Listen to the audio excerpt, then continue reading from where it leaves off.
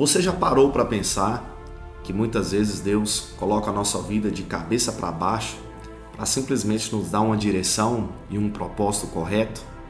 Veja bem, isso não acontece somente conosco, isso aconteceu também com Paulo. Nós vamos perceber que esse encontro dele com Jesus aqui em Atos capítulo 9, do versículo 1 em diante, é importante nós observarmos para esse momento crucial na vida dele.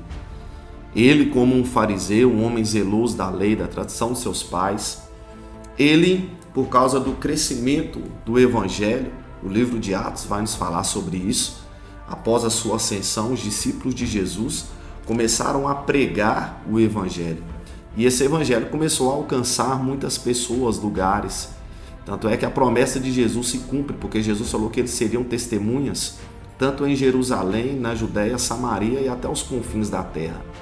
Com o advento das perseguições, o evangelho começa a se espalhar, a expandir, a ponto dos fariseus começarem a ficar incomodados, porque para eles era como se tivesse sendo criada uma nova seita, que tinha por título de O Caminho. Esse era o nome que os discípulos de Jesus recebiam naquele momento. Eles recebiam o nome que eles eram do caminho. E você vai perceber que esse caminho era o mesmo caminho que foi proposto por Jesus. Jesus falou lá no Evangelho de João, capítulo 14, versículo 6, eu sou o caminho, a verdade e a vida.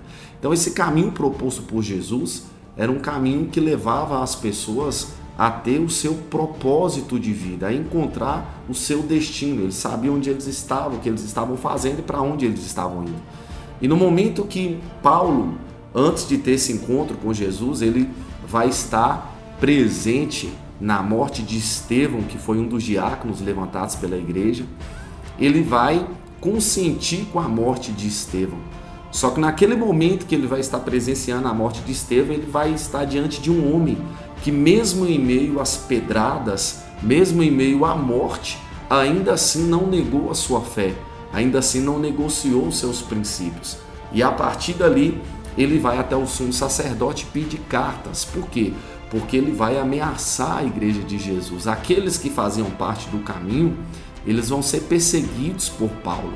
O zelo que ele tinha, o achar que o que ele estava fazendo era o correto, vai levar ele a perseguir os cristãos. E quando nós chegamos no capítulo 9 de Atos dos Apóstolos, nesse texto tremendo e fantástico, nós vamos ler sobre o encontro dele com Jesus. Ele está indo no caminho de Damasco e de repente uma luz o cerca. Essa luz que vai o cercar e que vai fazer com que ele fique cego, essa luz representa para nós não somente essa luz física, mas vai ser a luz da revelação.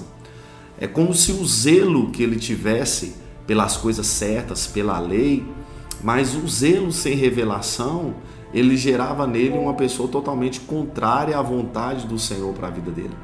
Então, quando essa luz o cerca, ele vai cair ao chão. E quando ele cai ao chão, é como se o Senhor Jesus estivesse jogando por terra tudo aquilo que outrora ele tinha construído de ser a verdade ou de ser o correto. Então, nesse momento que ele cai ao chão, e é tremendo porque a queda no caminho demonstra a graça, o amor, o favor e a misericórdia de Deus sobre a vida dele. Muitas vezes Deus nos coloca no chão, não é para nos destruir, é simplesmente para nos levantar e nos dar uma nova direção, nos dar um novo propósito, um novo sentido de vida. Foi o que aconteceu com Paulo. Quando ele se levanta, e aqui é algo marcante porque no momento que ele se levantou, ele falou: Senhor, quem és tu? E Jesus falou: eu sou Jesus, a quem você persegue. Ele estava perseguindo as pessoas, os discípulos, a igreja, só que na verdade ele estava perseguindo, era a Jesus Cristo que ele estava perseguindo. E quando ele se levanta, ele pergunta: Senhor, o que queres que eu faça? Ele entra no propósito de Deus, porque a partir de agora ele não vai fazer aquilo que ele quer, aquilo que ele acha que é o certo. A partir de agora ele entra na rota para fazer aquilo que o Senhor quer. E a pergunta dele é: o que queres que eu faça? E talvez essa é a pergunta que você tem feito, ou que você precisa fazer: o que queres que eu faça? Que Deus abençoe a sua vida. Um forte abraço.